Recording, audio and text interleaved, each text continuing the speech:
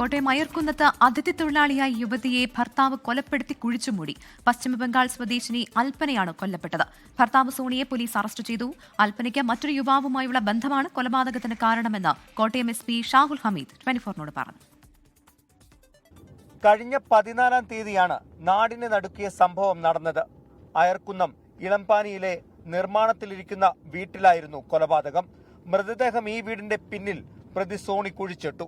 ഭാര്യ അൽപ്പനയ്ക്ക് മറ്റൊരു യുവാവുമായുള്ള ബന്ധമാണ് കൊലപാതകത്തിൽ കലാശിച്ചത്. കിട്ടിയ ഇൻഫർമേഷൻ പ്രകാരം ഭാര്യയുടെ അവിഹിത ബന്ധത്തിലുള്ള ഒരു ഇഷ്യൂ കാരണം കലഹത്തിന്റെ ഭാഗമായിട്ട് സംഭവിച്ചതാണ്. ഭിത്തിയിൽ തലയിടിപ്പിച്ച് അതിനുശേഷം ഒരു കമ്പിപ്പാര ഉപയോഗിച്ചാണ് കൊന്നതെന്ന് പറയുന്നു. 17-ാം തീയതിയാണ് പ്രതി പോലീസ് സ്റ്റേഷനിലെത്തി ഭാര്യയെ കാണുന്നില്ലെന്ന് പരാതി നൽകിയത്. ഇതേ തുടർന്ന് അയർക്കുന്നം പോലീസ് നടത്തിയ അന്വേഷണമാണ് കൊലപാതകത്തിന്റെ ചുരുളഴിച്ചത്.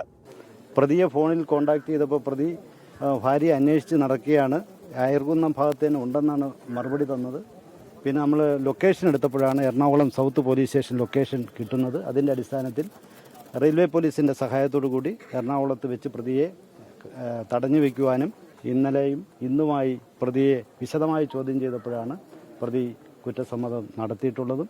പ്രതി സംഭവ ദിവസം ഭാര്യയുമായി വീട്ടിലേക്കെത്തുന്ന CCTV ദൃശ്യങ്ങൾ പോലീസിന് ലഭിച്ചു. കൊലപാതക ദിവസം ഭാര്യയെ വിളിച്ചുകൊണ്ടുവരുന്ന കാര്യം വീട്ടുടമയോടും ഇയാൾ പറഞ്ഞിരുന്നു.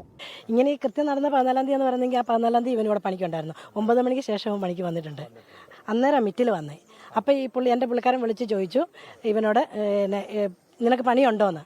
അപ്പോൾ ഇവൻ പറഞ്ഞു പണിയില്ല, ഞാൻ വരാമെന്ന് പറഞ്ഞു തീരും മുമ്പ് അവനിവിടെ വരികയും ചെയ്തു. പ്രതി ഒറ്റയ്ക്കാണ് കൊലപാതകം നടത്തിയതെന്നാണ് പോലീസ് കണ്ടെത്തൽ.